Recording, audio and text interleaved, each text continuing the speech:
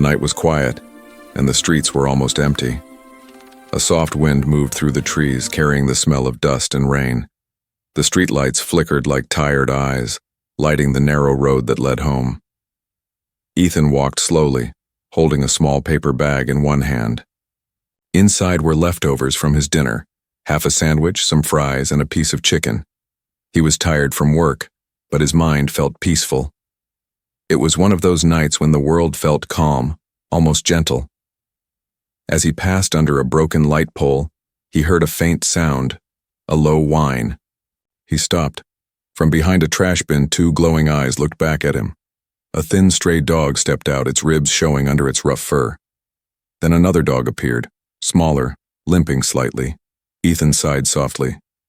"Hey, you guys hungry?" he said. His voice was calm, like he was talking to friends. He sat on the edge of the footpath, opened the paper bag, and placed the food on the ground. The dogs came closer, sniffing carefully before eating. Their tails wagged slowly, afraid at first, then happy. Ethan smiled. "There you go, buddies. It's not much, but it's something." As he watched them eat, he felt a quiet warmth inside. He always believed small acts of kindness mattered. No one had to see them. No one had to clap. The world already had enough cruelty. Maybe a small kindness could balance it a little. The night breeze grew cooler. The moonlight spread like silver dust on the road. Ethan leaned back and looked at the stars. They were bright tonight, thousands of tiny lights scattered across the sky. He wondered what was out there. Was humanity really alone? Were there others looking down just as he was looking up? He had asked himself that question many times before, but never got an answer. Suddenly, a strange sound broke the silence. It wasn't the wind or a car. It was something soft and rhythmic, like a low hum. Ethan looked around. The dogs stopped eating and raised their heads. Their ears twitched. The smaller one growled, softly, looking toward the dark alley beside the old building. Ethan frowned. "What's wrong, boy?" The hum grew a little louder. It wasn't unpleasant, more like a vibration, deep and steady, coming from the air itself. Ethan stood up, holding the paper bag. He peered into the darkness. Nothing moved. But the air felt heavy, as if the world was holding its breath. Then he saw it.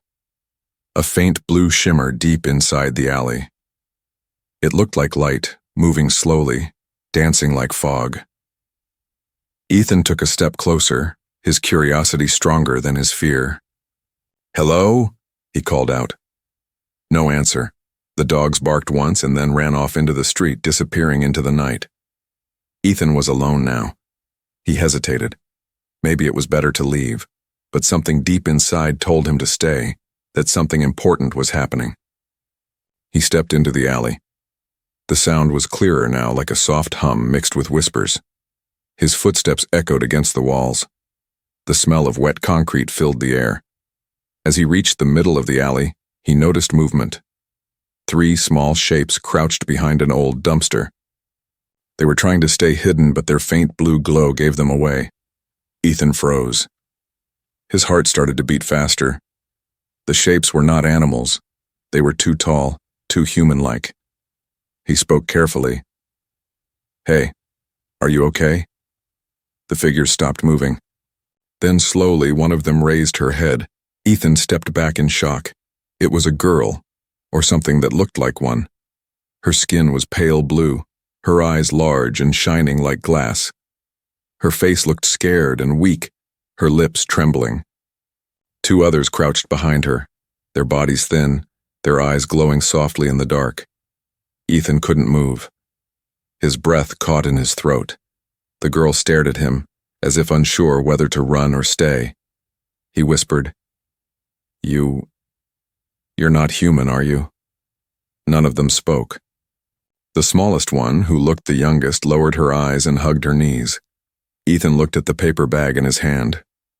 It was almost empty, but there were still a few fries and a small piece of chicken.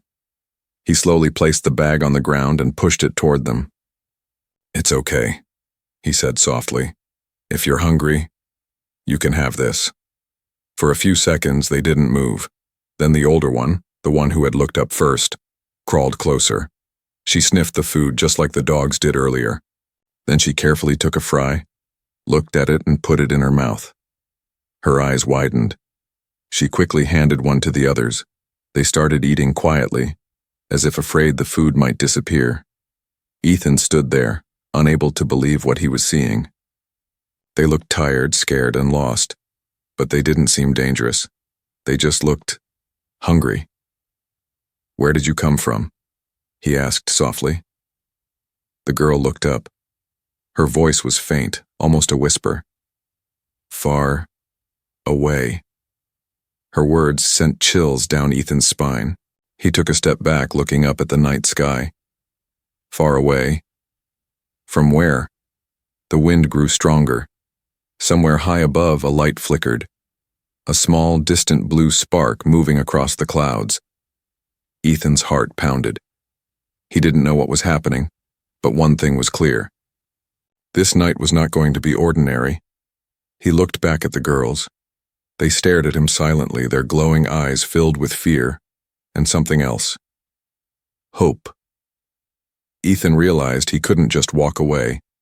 He had fed stray dogs before, but tonight he had found 3 starving souls from the stars. And they had found him. Ethan stood frozen in the narrow alley. The night around him was silent again. Too silent. Only the faint humming sound remained, like a heartbeat in the air. The 3 strange girls sat together near the dumpster, eating slowly, their glowing blue eyes watching him closely. Their skin shone faintly under the moonlight, smooth like glass, and their hair floated slightly as if touched by invisible wind. Ethan could not believe what he was seeing. He whispered to himself, 3 alien girls. On Earth? The oldest one, who looked around his age, raised her head. Her eyes were bright but full of fear. "You are not going to hurt us?" she asked in a weak voice. Ethan shook his head quickly. "No, I'm not going to hurt you." Her shoulders relaxed slightly, but she kept her guard up. The smallest, one hid behind the other 2, clutching a small metallic object that looked broken. It blinked with tiny red lights before turning dark. Ethan took a slow breath and crouched down to their level. "You girls, you look hurt. Are you okay?" The middle one spoke this time, her voice trembling. "We are weak. No energy, no food, no home." Ethan's heart ached at those words. They looked so lost, like children who had nowhere to go. "Where did you come from?" he asked softly. The oldest one looked toward the sky. "From far above. Our ship. It broke. We fell." Her words made Ethan's stomach tighten. A crashed alien ship? That could mean danger. He looked up instinctively, scanning the sky, but saw nothing except the stars. He turned back to them. "How long have you been here?" The smallest one whispered, 3 days. 3 days? Ethan's eyes widened. "You've been hiding here, starving for 3 days?" They nodded silently. He looked at their faces again, tired, pale, frightened. He couldn't walk away now. Something deep inside him, that same kindness that made him feed stray animals, wouldn't let him. "All right," he said softly. "You can't stay here, it's too dangerous, someone might find you." The oldest girl tilted her head slightly. "You help us?" Ethan hesitated. He wanted to say no. This was too strange, too unreal. But looking into their eyes, he couldn't refuse.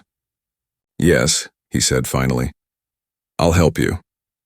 The smallest one blinked, her eyes brightening like tiny stars.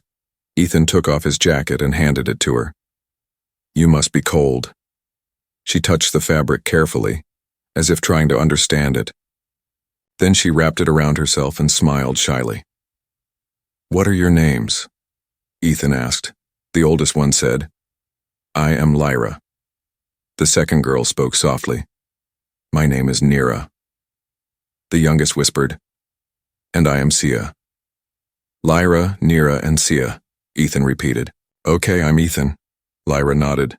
Thank you, Ethan. He helped them stand up. They were weak, their legs shaking slightly. They moved with slow, careful steps, as if gravity itself felt heavy for them. Ethan decided to take them somewhere safe. There's an old cabin near the edge of the woods, he said. No one goes there. You can rest for a while. Lyra frowned. Why do you help us? You don't even know us. Ethan smiled faintly. Because you needed help. That's enough. The girls looked at each other silently, as if surprised by his words. They followed him quietly through the dark streets. The city lights faded behind them as they entered the path leading toward the forest. Crickets chirped softly, and the moon followed them like a watchful eye. As they walked, Ethan noticed strange marks glowing faintly on their arms, patterns like stars or constellations. They shimmered softly when moonlight touched them. He wanted to ask, but decided not to. They already looked frightened enough. When they reached the small wooden cabin, Ethan pushed open the door. The air inside was cold and dusty. A single lantern hung near the wall. It's not much, Ethan said, but it's safe.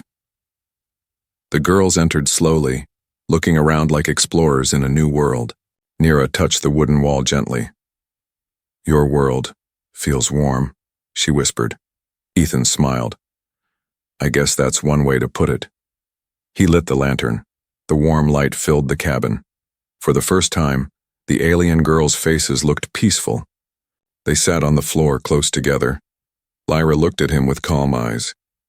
You are kind, Ethan. We thought humans would hate us. Not all humans are bad, he said quietly. You just met one who isn't. Sia smiled again, holding the jacket tightly. You have soft hearts. Ethan laughed lightly. Maybe too soft sometimes. For a moment, everything felt calm. But that peace didn't last long. Outside, a faint vibration shook the ground. A low hum filled the air, deeper this time, louder. The light in the lantern flickered. Ethan stood up fast. What was that? Lyra's face turned pale. They are searching for us. Who? The hunters, she whispered. The sound grew stronger, like engines far above moving through the clouds. Ethan stepped outside and looked up. A red light flickered in the sky, scanning the ground like a searching eye. His heart raced. You mean someone's after you? Lyra stepped beside him, her blue eyes glowing in fear. They will not stop until we are gone. Or dead. Ethan looked back at the three of them, exhausted, starving, terrified, and then at the red light in the sky. He took a deep breath.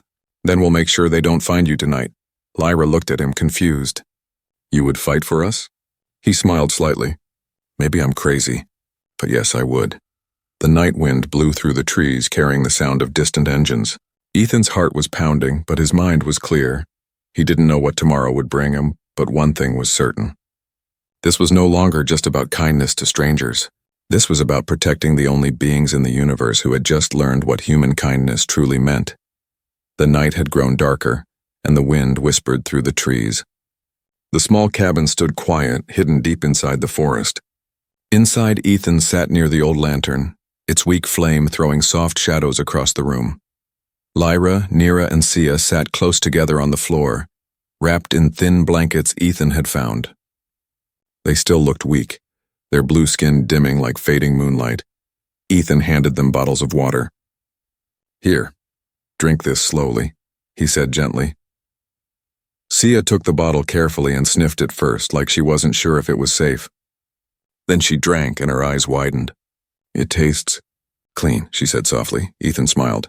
It's just water. You need it. Neera's voice trembled. On our world, water is rare. We used to share every drop. Ethan looked at her, his heart sinking. You mean your world doesn't have enough water? Lyra shook her head. Not anymore. Our planet was dying. The air turned poisonous, the ground turned black. We left to find a new home, but we were hunted before we could land safely. Hunted?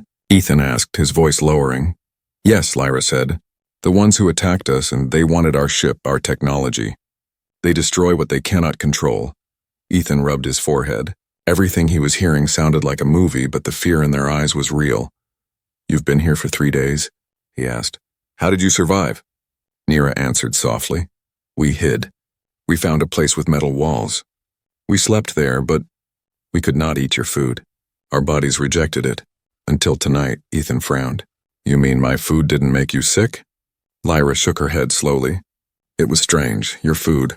It feels warm. Alive. Like it carries something more than just energy. Ethan chuckled lightly. That's because it was made with love and salt. Sia tilted her head. Love? Ethan smiled. It's something humans put into what they do when they care. When we help or share or cook. It's not just action. It's feeling. Lyra watched him closely as if trying to understand something she had never seen before. Feeling, she whispered. On our world, survival mattered more than feelings. Ethan looked down. That's how we're becoming too, but maybe not everyone. The room went quiet for a moment. Outside, the wind moved through the trees like soft waves. Then suddenly, a loud crack echoed in the distance. The lantern flickered. Ethan stood up fast. What was that? Lyra's eyes flashed with blue light. They are searching again. Their scanners moved through the forest. Ethan ran to the window. Through the trees, he saw faint red lights moving, scanning slowly like laser eyes. They're getting closer, he said. Lyra turned to her sisters. We must move. If they find us, they'll kill him too. Ethan shook his head. No, you're too weak to run now. You'll collapse before we reach the next town. Lyra looked torn. Then what do we do? Ethan thought fast. I know this area. There's an old mine tunnel under the hill. It's covered, hidden by rocks. If we can reach it before the drones arrive, you'll be safe. Neera hesitated. Why are you helping us, Ethan? You don't even know us. You could walk away and live. Ethan looked at her firmly. Because I can't watch someone suffer when I can help. Maybe that's stupid, but that's who I am. Lyra's lips parted slightly, as if she wanted to argue but couldn't. There was something powerful in his voice, something she had never heard before. Ethan grabbed his flashlight and jacket. Let's move. Stay close. The three girls stood, their movements slow and weak, but their glowing eyes steady with new trust. They stepped out into the cold night. The moonlight spilled through the trees as they hurried down the narrow forest path. Every crack of a branch made them flinch. Every sound of wind felt like danger. As they moved, Ethan noticed Sia stumbling. He stopped and crouched beside her. You okay? She nodded weakly. Just dizzy. Without hesitation, Ethan lifted her into his arms.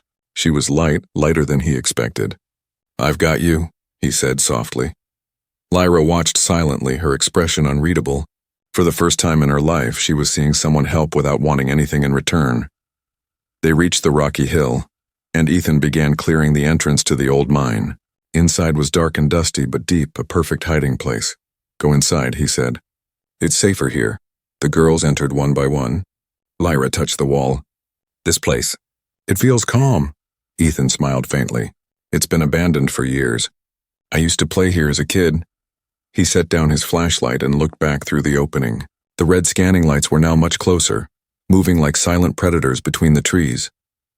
They're almost here, Lyra whispered. Ethan turned to her. Then we stay quiet. No light, no movement. The hum of the drones grew louder, passing directly above them. The red beams swept across the forest floor. Ethan held his breath. Seconds passed like hours. The light came closer, and then moved away. They waited until the sound faded completely. Only then did anyone breathe again. Neera exhaled shakily. They didn't find us, Ethan nodded. For now, Lyra looked at him. You risked everything for us. Why? Ethan smiled tiredly. Because that's what humans do when someone needs help. We don't always think, we just act. Lyra's voice softened. You are strange, Ethan. But good strange. Sia, still resting, whispered. You saved us. Ethan looked at them quietly, his heart heavy but warm. Maybe one day you'll do the same for someone else. Outside, the forest was calm again. The danger had passed for now, but Ethan knew it wouldn't last. As he looked at the three glowing figures resting in the dark cave, he realized something powerful, something that made his chest tighten. He wasn't just helping strangers anymore. He was protecting the only beings in the universe who had just learned what true humanity meant, and that made all the difference. The forest was quiet again, but the silence didn't feel peaceful. It felt heavy, like the calm before a storm. Inside the dark mine tunnel, Ethan sat against the wall, breathing slowly. His flashlight lay on the ground beside him, its weak glow reflecting on the rocky floor. The three alien girls, Lyra, Nira, and Sia, sat close together, resting. They looked exhausted but safer now. The faint blue light from their skin softly illuminated the space, giving the cave an otherworldly glow. Ethan watched them quietly. They were real. Three living beings from another world, hiding under the same sky as him. It still felt impossible, yet there they were, breathing, trembling, alive. Finally, Lyra spoke. They won't stop searching. The hunters always find their prey. Ethan turned toward her. These hunters, who are they? Lyra hesitated, her eyes dimming. They are not from our world. They come from a system far away, cold and merciless. They take what they want. Planets, ships, even lives, Nira added softly. They attacked our colony ship. We escaped in a smaller vessel, but they followed. We lost power. We crashed here. Ethan frowned. How did they track you this far? Lyra touched her wrist, revealing a small metal band half buried in her skin. They left this, a tracker. We broke it, but it still sends a weak signal. Ethan leaned closer. Can it be removed? She shook her head. It's part of us now, he sighed. That's why they're still searching. You're like a beacon to them, Lyra nodded sadly. We hoped the signal would fade before they came this close. Ethan rubbed his temples. So if we stay here, they'll find you. Yes, Lyra whispered. But if we move, they'll find you too. He looked at them, tired, hungry, afraid. And something inside him tightened. He couldn't just abandon them now. Then we need a plan, he said. We can't just hide forever. Nira looked confused. Plan? Ethan smiled faintly. Humans always make plans, even when everything is going wrong. Lyra tilted her head, curious. Does that help you survive? Sometimes, Ethan said. And sometimes it just makes us feel brave. That made Sia giggle softly. The sound was light, pure, and for a moment it made the dark mine feel less lonely. But the peace didn't last long. A distant thunder echoed through the forest above. The ground trembled slightly. Ethan's eyes shot upward. That's not thunder, he said. Lyra stood quickly. They're here. A deep vibration rolled through the ground. The faint humming from before returned, louder now, angrier. Dust fell from the cave ceiling. Ethan turned off the flashlight. Stay quiet. Don't move, they listened. Above, engines roared softly, like something massive was circling in the sky. Through the narrow cave entrance, Ethan saw flashes of red light cutting through the trees. The drones were back, and this time they weren't alone. From the forest clearing, a larger shadow descended. A ship. It was sleek, black and silent, with glowing red stripes along its surface. Ethan's mouth went dry. That's them, isn't it? Lyra nodded slowly. The hunters. The ship hovered above the trees, scanning the ground with beams of red light. Ethan could feel the energy vibrating through his bones. They're going to find this place, he said. Lyra looked desperate. We can't fight them. Our ship is gone. Our weapons. Destroyed. Ethan thought for a moment, his mind racing. He remembered the old mineshaft's second tunnel, the one that led to a cliff near the river. There's another exit, he said quickly. If we go now, we can move while they're focused on this side. Nira's eyes widened. We'll be seen. Not if we move through the shadows, Ethan said. Trust me. Lyra hesitated, then nodded. We trust you, human. Ethan smiled briefly. Call me Ethan. They followed him deeper into the mine, moving quietly. The tunnel twisted and narrowed. The walls shimmered faintly under the alien girl's soft light. Behind them, the sound of engines grew louder. The hunters were landing. Ethan turned a corner and stopped. The tunnel split into two, one small and steep, one wide but dangerous. The right one goes down, Ethan said. It's tight, but it leads to the river. The left one. Before he could finish, an explosion rocked the mine. The ground shook violently. The lantern shattered, plunging them into near darkness. Go, Ethan shouted. Run! They sprinted down the narrow path, stones falling from above. Sia stumbled again, and Ethan grabbed her hand, pulling her along. The air was filled with dust and the echo of roaring engines. Behind them, Lyra looked back at him and froze. Through the falling dust, red lights were appearing in the tunnel. The drones had found the entrance. Ethan! She cried. He turned. Keep moving! The drones fired beams of red energy that cut through the stone like fire.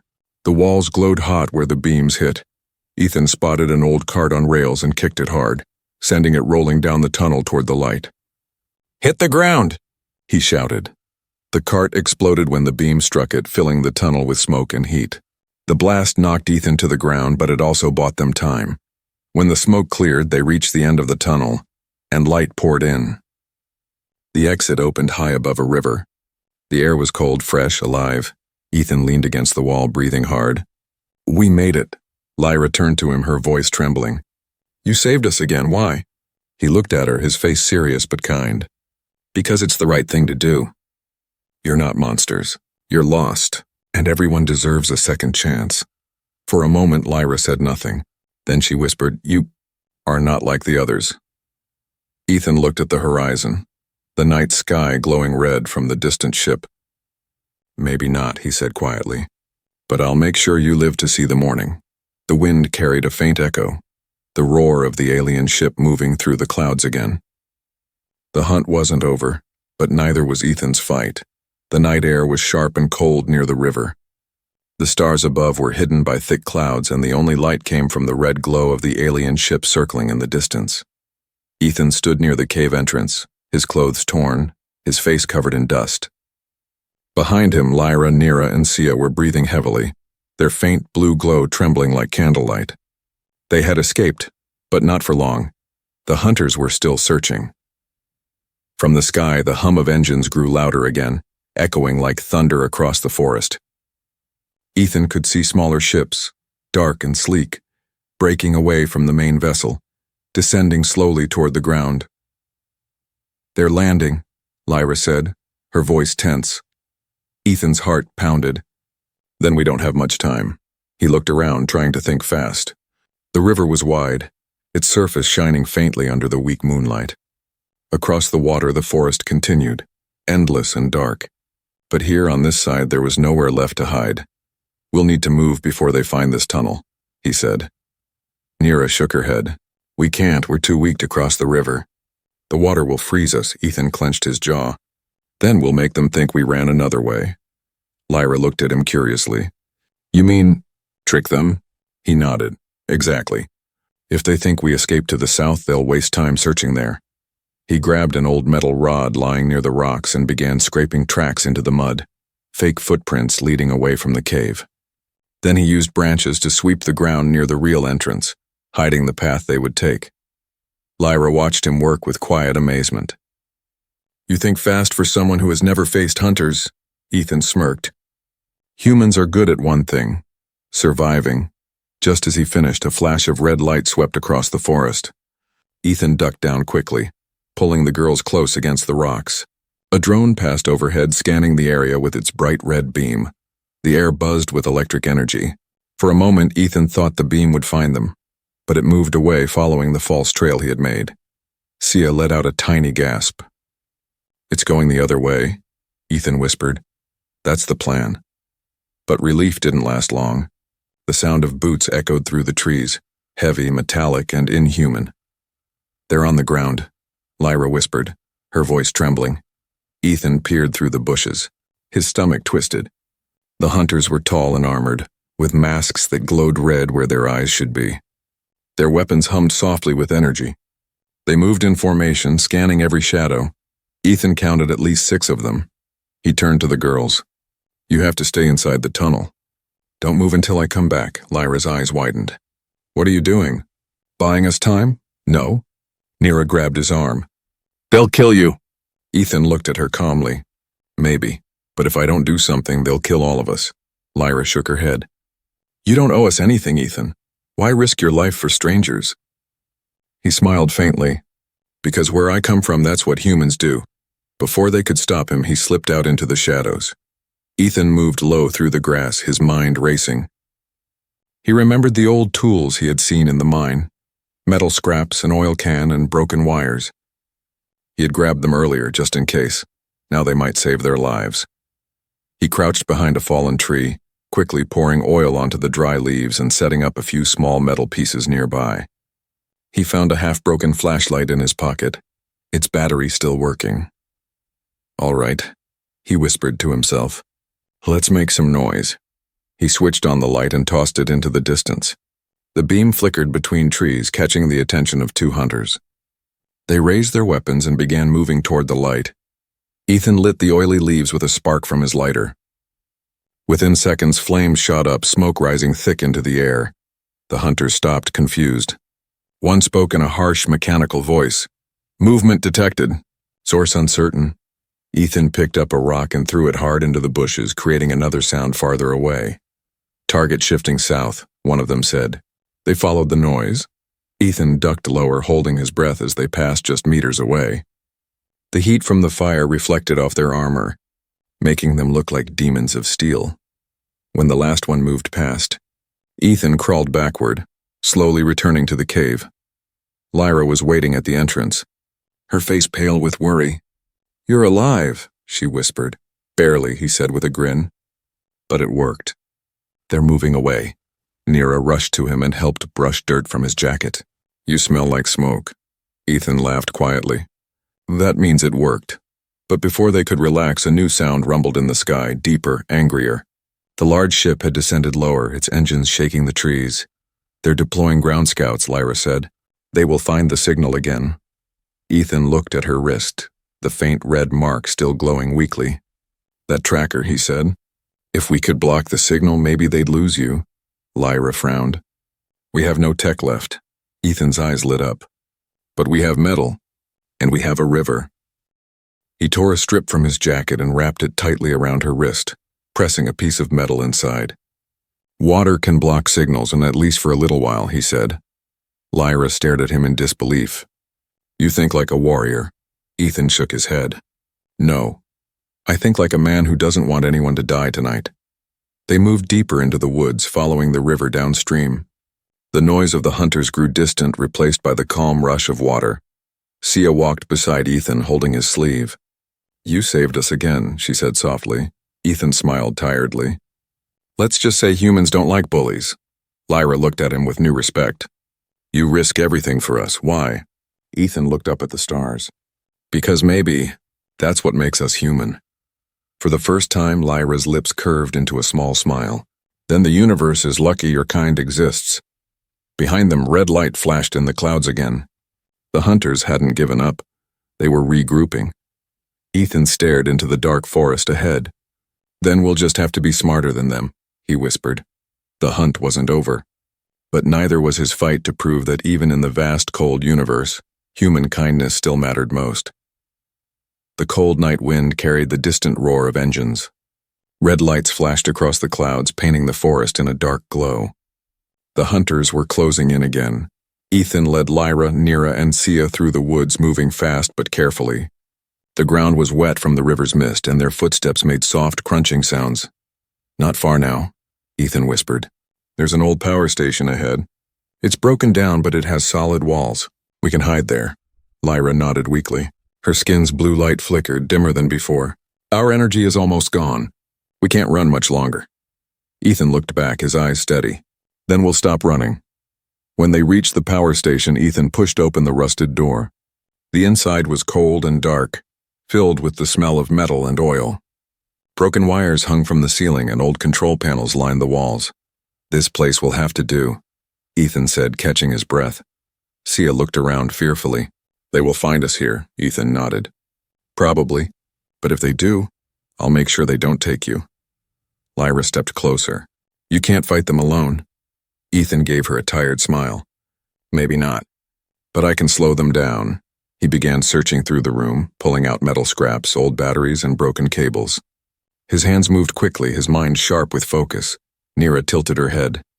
"What are you doing?" "Setting traps," Ethan said. "If they find this place, I want them to regret it." Lyra watched silently as he worked. She didn't understand why this human, this simple man, was risking everything for them.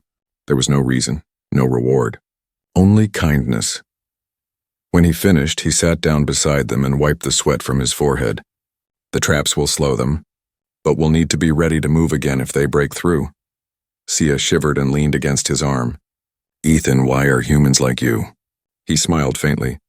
"Not all of us are like me, but some still believe in helping others, and even when it's hard." Lyra looked at him with soft eyes. "Your kindness, It's powerful. It reminds me of what our people lost long ago. What happened to your world? Ethan asked quietly. Lyra's voice trembled. Our home was dying. We tried to save it, but greed and war destroyed everything. The hunters offered us safety, and then enslaved us. We escaped, but they never stopped chasing. Ethan clenched his fists. So they destroy what they can't control, just like us humans sometimes. Lyra nodded sadly. Maybe we are not so different. The quiet was broken by a sudden explosion outside. The walls shook. Dust fell from the ceiling. They've found us, Nira shouted. Ethan ran to the window. Red lights filled the trees. The hunters were advancing, weapons glowing with heat. Get to the back room, he yelled. Now! The girls ran while Ethan stayed by the door. He activated one of his makeshift traps, an old power cell connected to metal wires. When the first hunter stepped on the wire, a bright flash filled the air. The explosion threw him backward into a tree. Ethan ducked behind a wall as laser beams cut through the air. Sparks flew everywhere. Lyra's voice echoed from behind him. Ethan, there are too many! He shouted back. Stay down! Don't come out. He threw a metal pipe across the floor, causing another spark. The second trap ignited. Flames burst near the door, forcing 2 hunters to fall back. But more were coming. Ethan breathed hard, his heart racing. Come on, think, he told himself. Then he saw it. The main generator core in the corner. Still connected to old power cables. Maybe, just maybe, it could still work. He grabbed the metal rod and began hitting the side panel, trying to get the power running. Sparks flew. The lights flickered once, then died. Come on, don't quit on me now, he whispered. Finally, with one last hit, the generator came alive. The lights burst on and the air filled with the sharp sound of electricity. Ethan smiled grimly. Now it's my turn. When the next hunter burst through the door, Ethan threw the live cable onto the wet floor. A flash of blue lightning exploded through the room. The hunter screamed and collapsed, smoke rising from his armor. The others hesitated, just long enough for Ethan to grab Lyra's hand. Time to go. They ran toward the back exit, their feet splashing through the shallow water. Behind them, the room burned in bright blue fire. Outside, the air was thick with smoke. The red glow of the alien ship shone through the clouds. They're still coming, Nira shouted. Ethan looked back and saw the remaining hunters pushing through the flames. Lyra stopped suddenly, turning to face them. Her eyes glowed fiercely. I won't run anymore, she said. Ethan froze. Lyra, what are you doing? She raised her hands. The symbols on her skin began to shine brightly. The same constellations Ethan had noticed before. A wave of blue energy burst from her palms, hitting the ground with a loud crack. The forest floor shook. The hunters stumbled back, blinded by the light. Nira and Sia joined her, focusing their energy together. The air shimmered with blue fire. For a moment, the hunters stopped moving, trapped in a field of pure light. Ethan shielded his eyes. What's happening? Lyra's voice echoed softly. We're using what remains of our ship's power, but it will drain us completely. No, Ethan shouted. You'll die. She looked back at him, her face calm and sad. You showed us what it means to be human. Let us return that gift. Before Ethan could stop them, the light grew brighter. So bright it painted the forest like daylight. Then suddenly it exploded outward. When the light faded, the hunters were gone. Nothing but ash and smoke left behind. Lyra collapsed to the ground. Nira and Sia fell beside her, weak and pale. Ethan rushed to them, panic in his voice. No, stay with me. Lyra looked up at him weakly. It's okay. You saved us first. Ethan shook his head. No, you saved me. You reminded me why kindness still matters. Her hand trembled as she reached for his. Ethan, thank you. Her voice faded. Ethan held them close as the forest fell silent again. The alien ship was gone. The sky was calm. He sat there for a long time, staring at the stars. The same stars they came from. And somewhere deep inside, he knew their story wasn't over yet. Morning came slowly over the forest. The first rays of sunlight touched the trees, turning the mist into golden clouds. Birds began to sing again, as if the world had forgotten the battle from the night before. Ethan sat on the ground beside the burned ruins of the power station. His hands were covered in dirt, his eyes red from exhaustion. In front of him, Lyra, Nira, and Sia lay quietly, their blue glow now faint and barely visible under the morning light. He touched Lyra's shoulder gently. "Come on, wake up," he whispered. "It's over. You're safe now." No answer. His chest tightened. For a moment the world felt empty. Then a faint shimmer passed through Lyra's skin, a slow pulse of light like a weak heartbeat. Ethan leaned closer. "Lyra?" Her eyes opened slightly. They were dim but alive. "You stayed?" she whispered. He smiled softly. "Of course I did. Where else would I go?" Nira stirred beside her breathing shallow. "The hunters?" "Gone," Ethan said quietly. "You stopped them." Lyra's lips curved into a weak smile. "Then it's finally over." Ethan nodded, though his heart was heavy. "You three saved the whole planet, and you nearly lost yourselves doing it." Lyra tried to sit up, but her strength failed. Ethan helped her, lifting her carefully. "You shouldn't have done it," he said softly. "I could have found another way." She looked at him with tired eyes. "You taught us something, Ethan. Kindness is worth fighting for, even if it costs everything." Ethan felt his throat tighten. He wanted to argue, to tell her she deserved to live, but the words wouldn't come. Nira reached into the folds of her tattered clothing and pulled out a small, glowing crystal, and faint but still alive with energy. "This is what remains of our ship's core," she said weakly. "It holds our memories, our voice." She placed it gently in Ethan's hand. The crystal felt warm, like it was breathing. "When we are gone," Nira whispered, "this will remember us. You can keep it." Ethan stared at it, his eyes stinging. "No, you're not gone." "Not yet." Sia's soft voice broke the silence. "Our time here is ending. The energy we used, it binds us to this world for only a short while." Ethan shook his head. "No, you can't just vanish. There has to be a way to save you." Lyra touched his face with her trembling hand. "You already saved us. You showed us what your kind can be." Her blue light flickered again, brighter for a moment, then softer. "When we return to the stars, we'll carry that light with us." Ethan felt tears slip down his cheeks. "Then promise me one thing. Remember Earth. Remember that not all humans are cruel." Lyra smiled faintly. "We will. And maybe one day others will come, not to take, but to understand." The forest grew quiet again. The sunlight touched their faces, turning their pale blue glow into gold. Then slowly, their bodies began to fade, tiny particles of blue light rising like fireflies into the morning air. Saya reached for Ethan's hand one last time. "Don't forget us," she whispered. "Never," Ethan said, holding her tightly. "Never." One by one, they dissolved into the light, their forms breaking into dust that floated upward, sparkling like tiny stars returning to the sky. Ethan stood there, silent, watching until the last trace vanished. The forest felt empty, yet peaceful, as if it was saying goodbye too. He looked down at the crystal in his hand. It pulsed softly, glowing with the same gentle rhythm as their hearts had. He whispered, "You're still here." Days passed.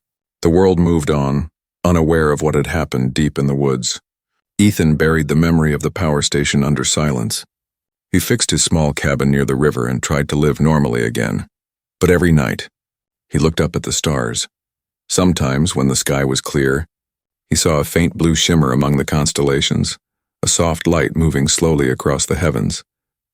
And every time he saw it, the crystal in his hand would glow a little brighter. One night, weeks later, as he stood outside, a familiar hum filled the air. The same low, peaceful sound he had heard the night he first met them. He looked up quickly. The stars above were shifting. A bright blue streak moved across the sky, slower this time, almost deliberate. Ethan smiled. "You found your way home," he whispered. The streak grew brighter for a moment, then faded into the darkness. But as it disappeared, the crystal in his hand warmed again. And for just a second, he heard Lyra's voice echo faintly in his mind. "You are not alone, Ethan. The stars remember you." Tears filled his eyes, but he smiled. "And I'll remember you too." He placed the crystal on the wooden shelf beside his bed, where it continued to glow softly through the night. A quiet reminder of 3 lost souls who had changed his life forever. Every morning, he fed the stray dogs by the river just as he always had. Sometimes he swore he could hear gentle laughter in the wind, or see faint blue sparkles dancing near the water. Maybe it was only his imagination, or maybe it was them still watching, still thankful. Ethan didn't need proof. He already knew the truth. Human kindness had reached the stars, and somewhere, far away in the endless dark, 3 alien girls were telling others about a strange human who gave away his leftovers and changed the universe with one simple act of love.